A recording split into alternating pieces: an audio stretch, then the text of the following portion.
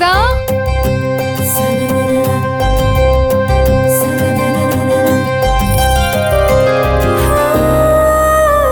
வேதா சீக்கிரம் வா.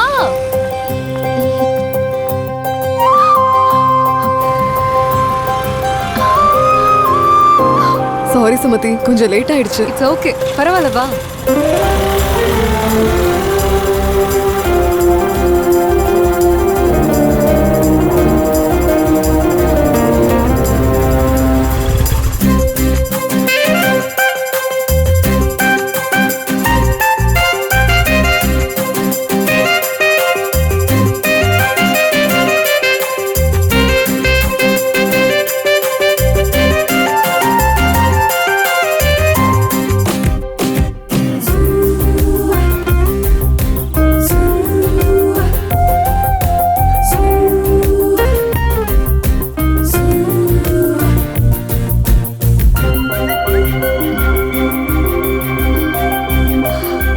என்னடி திடீர்னு இவ்ளோ சந்தோஷம், என்னாச்சு?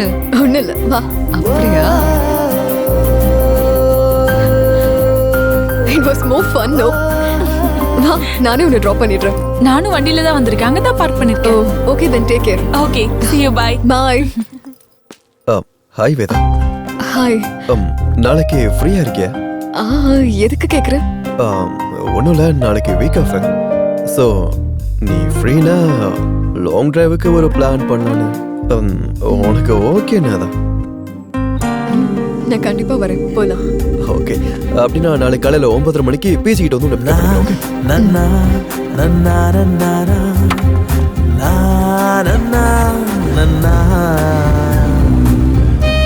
என்னடி பார்க்க ரொம்ப சந்தோஷமா இருக்க? என்ன விஷயம் வேதா?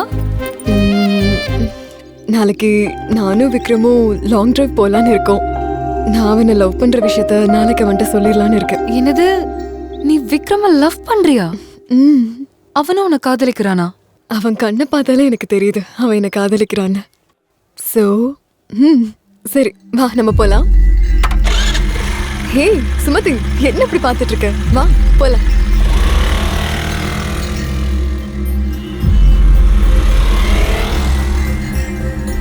நாளைக்கு வேதா அவ லவ் பண்றது விக்ரம் கிட்ட சொல்லி அவன் ஒத்துக்கிட்டானா? இல்ல, அப்படி நடக்க வாய்ப்பே இல்லை. ஏன்னா விக்ரம் என்னதான் லவ் பண்றான். நாளைக்கு அவ போய் அந்த விஷயத்த சொல்றதுக்கு முன்னாடி நான் இப்பவே இங்கேயே அவன் கிட்ட ப்ரப்போஸ் பண்ணிடுறேன்.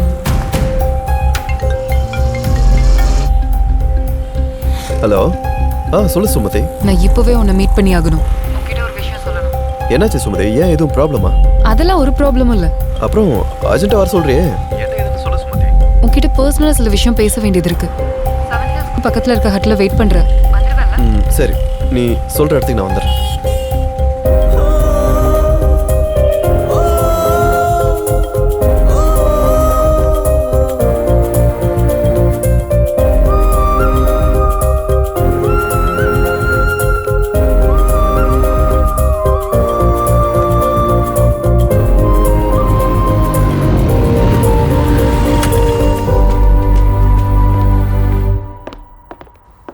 சுமதி, அர்ஜென்ட்டா வர சொல்லியிருந்த, என்ன ஏதும் பிரச்சனையா?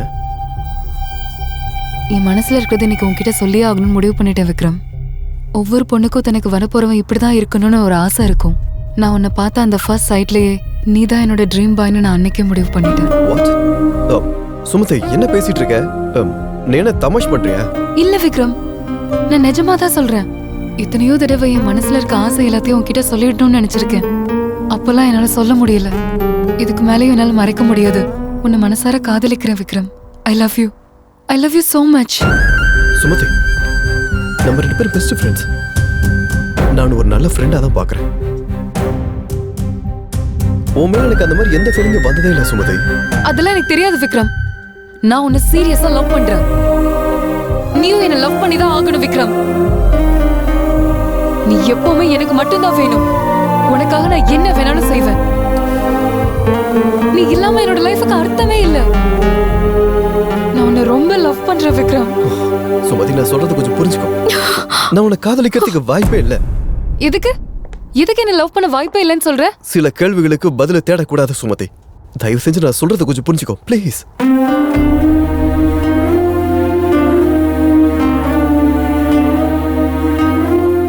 விக்ரம், நீ என்ன காதலிக்கலனாலும் பரவாயில்ல, என்னோட பெஸ்ட் ஃப்ரெண்ட கடைசி வரைக்கும் இருப்பல்ல.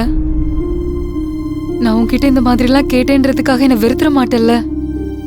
நீ பழைய விக்ரமா கடைசி வரைக்கும் என் கூட இருப்பல்ல. சுமதி, காதலை விட நட்பு தான் உயர்ந்ததா? காதல்ல சுயநலம் இருக்கும், ஆனா நட்புல தியாகம் தான் இருக்கும். கடைசி வரைக்கும் நான் உனக்கு ஒரு பெஸ்ட் ஃப்ரெண்டா இருப்பேன். ஓகே? நான் உன்கிட்ட என்னோட காதல சொன்ன விஷயம் வெளியே யாருக்குமே தெரிய வேண்டாம். இது சுமதி, நம்ம 2 பேருக்குள்ளேயே இருக்கட்டும். டோன்ட் வரி, இந்த விஷயம் நமக்குள்ளேயே தான் இருக்கும். சரி, போலாமா? நீ வேணா கிளம்பு விக்ரம், நான் கொஞ்ச நேரம் இங்க இருக்கேன். சுமதி, உன்னை ஹர்ட் பண்ணியிருந்தேன்னா ஐம் சாரி.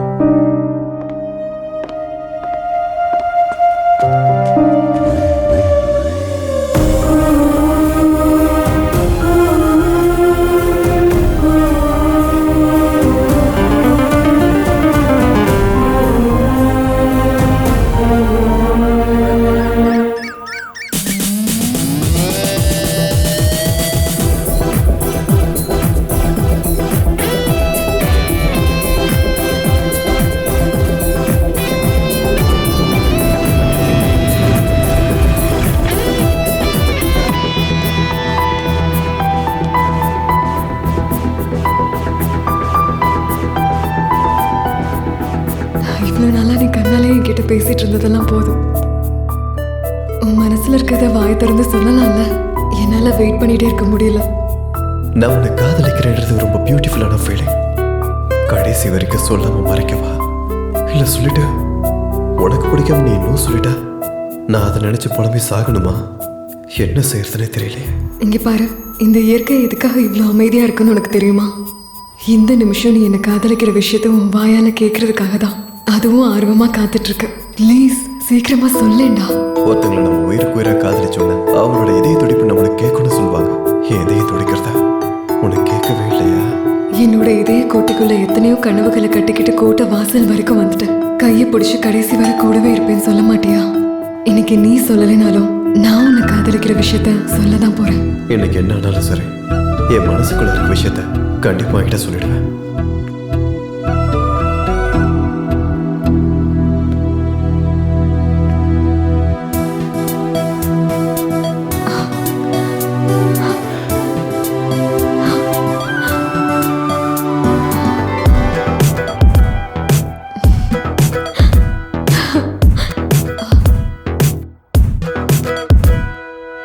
அரசியல் செய்திகள்.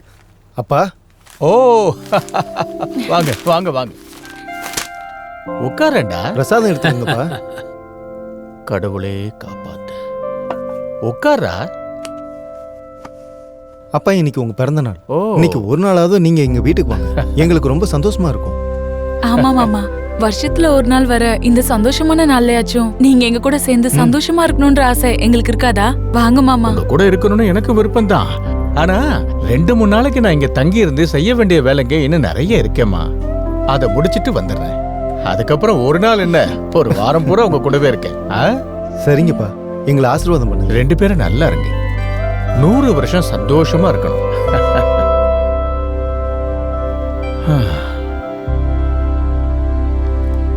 டேய் மாடசாமி, சீக்கிரம் எடுத்துட்டு போய் குடேண்டா. சரிங்க முதலாளி. ராமச்சந்திரன் சார். கொஞ்சம் வெளியே இருங்க. சரிங்க சார். வணக்கம். வணக்கம். வாங்க உட்காருங்க.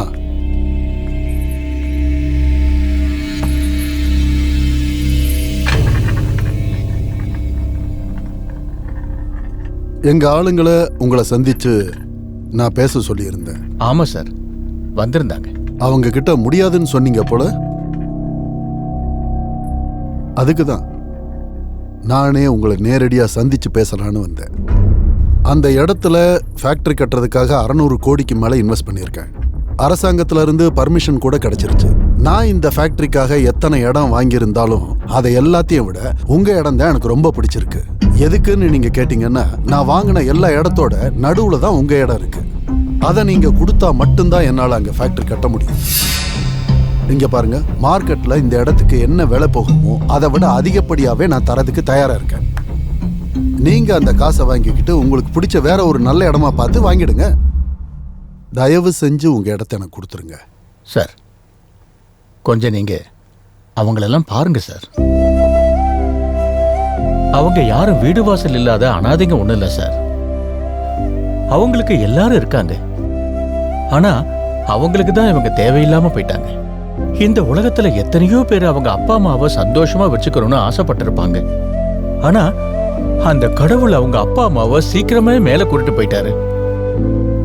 அவ்வளவு ஏன் சார், நானும் ஒரு வகையில அதிர்ஷ்டம் இல்லாதவன் தான். பிறந்த உடனேயே பெத்தவங்களை பறி கொடுத்துட்டேன். பெத்தவங்க பாசம் என்னன்னு தெரியாது சார் எனக்கு.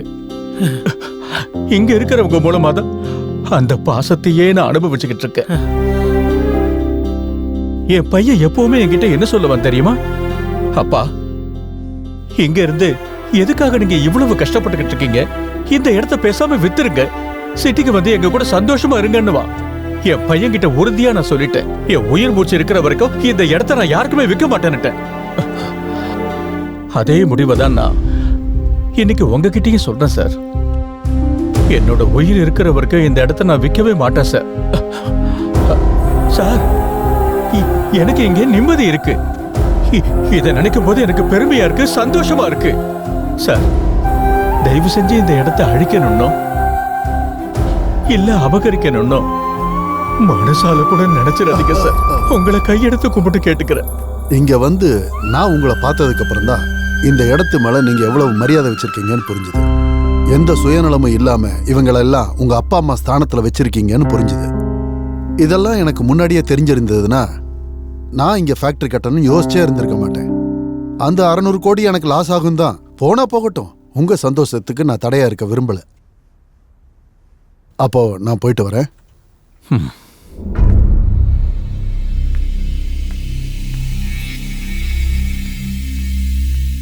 இந்த காலத்திலேயே நல்லவங்க இருக்கதான் செய்யறாங்க.